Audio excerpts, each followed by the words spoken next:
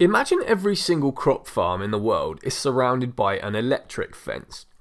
Every single day and every single night, hordes of starving humans try to get onto each of these crop farms and are zapped to death by these electric fences.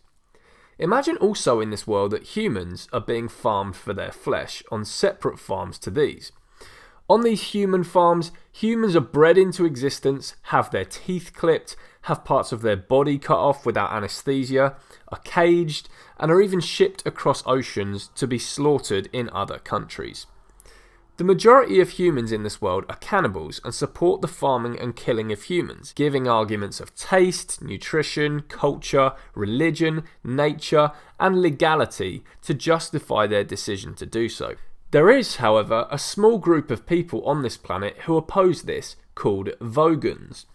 Vegans, unlike the rest of human society, reject the idea that humans should be bred into existence as resources for other humans and treated as slaves, being murdered for their flesh and so on. These vegans eat a plant-based diet and wear clothing made from synthetics and textiles, not from human skin. As a result of their decision to not support the oppression of humans, these vegans are then condemned as being hypocrites by the rest of human society because they buy from crop farms, and crop farms have electric fences around them that zap human intruders to death every single hour of every single day. So the vegans are scolded by the rest of society and told, "Who are you to tell us that we're immoral for eating meat, that is human flesh, when you yourselves eat a diet that is responsible for the deaths of countless humans every single year? You're all a bunch of hypocrites and need to get off your high horse." What makes this all the more maddening for the vegans, who have stopped eating all of their favourite human meat and milk products in order to live a life free of human oppression, is that the average cannibal actually causes 10 times the amount of human crop farm deaths than a vegan does, given that the humans being farmed for them are bred in such gigantic numbers that they need to be fed copious amounts of resources to raise. And on top of that, the cannibals actually eat crops from these farms anyway. Sounds pretty crazy, right? Well, this is the exact reality vegans face in our current world, but instead with animals. Yes, vegans are aware that crop deaths take place just as a result of the existence of a food system in a carnist-led world where violent crop protection methods are the norm.